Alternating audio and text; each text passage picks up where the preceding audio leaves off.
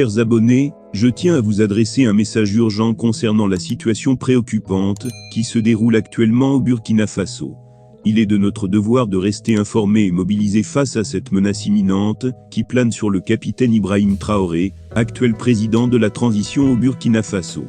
Depuis plusieurs mois, j'ai fait retentir l'alarme quant aux intentions malveillantes de Alassane Ouattara, qui n'a jamais caché sa volonté de fomenter un coup d'État au Burkina Faso en réaction à la chute du colonel Paul-Henri Sandaogo Damiba.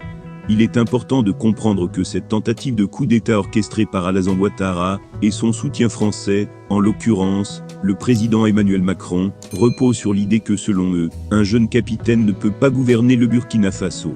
C'est pourquoi ils cherchent à éliminer le capitaine Traoré, mais nous ne pouvons pas rester silencieux face à cette menace. La situation actuelle est des plus inquiétantes. Notre ambassadeur et notre contingent ne sont plus pris en otage au Niger, ce qui pourrait potentiellement donner à ces forces hostiles davantage de marge de manœuvre pour fomenter des opérations de déstabilisation, cette fois-ci de manière plus clandestine. Il est crucial de se rappeler que tout ce que j'ai révélé dans mes enquêtes était basé sur des faits réels et que l'heure est grave. Au soir du 26 septembre 2023, Alassane Ouattara est réuni en réunion d'urgence à sa résidence, manœuvrant activement pour mettre en place cette tentative de coup d'État au Burkina Faso. Nous avons le devoir de transmettre ce message aux autorités et au peuple burkinabé pour qu'ils soient pleinement conscients de la gravité de la situation.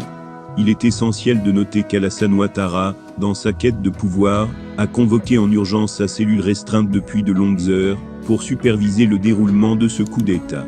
Au moment où je vous adresse ces mots, il semble impatient de ne pas encore voir la déclaration de prise de pouvoir à Ouagadougou diffusée à la télévision nationale. C'est pourquoi j'en appelle solennellement au peuple burkinabé.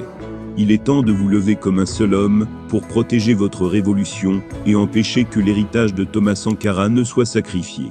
Les enjeux sont colossaux et la situation est plus que critique.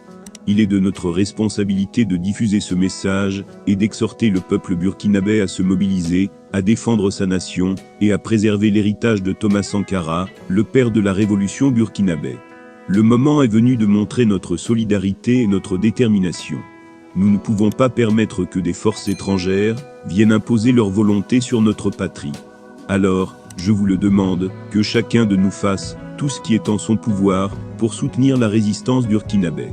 La situation est grave, et notre unité et notre mobilisation sont indispensables pour préserver la souveraineté du Burkina Faso. Chers et chers compatriotes, c'est le moment d'agir. La liberté, la paix et la souveraineté de la nation sont en jeu. Restons unis, forts et déterminés pour défendre le Burkina de ses envahisseurs. Merci de votre écoute, et que vive le Burkina Faso.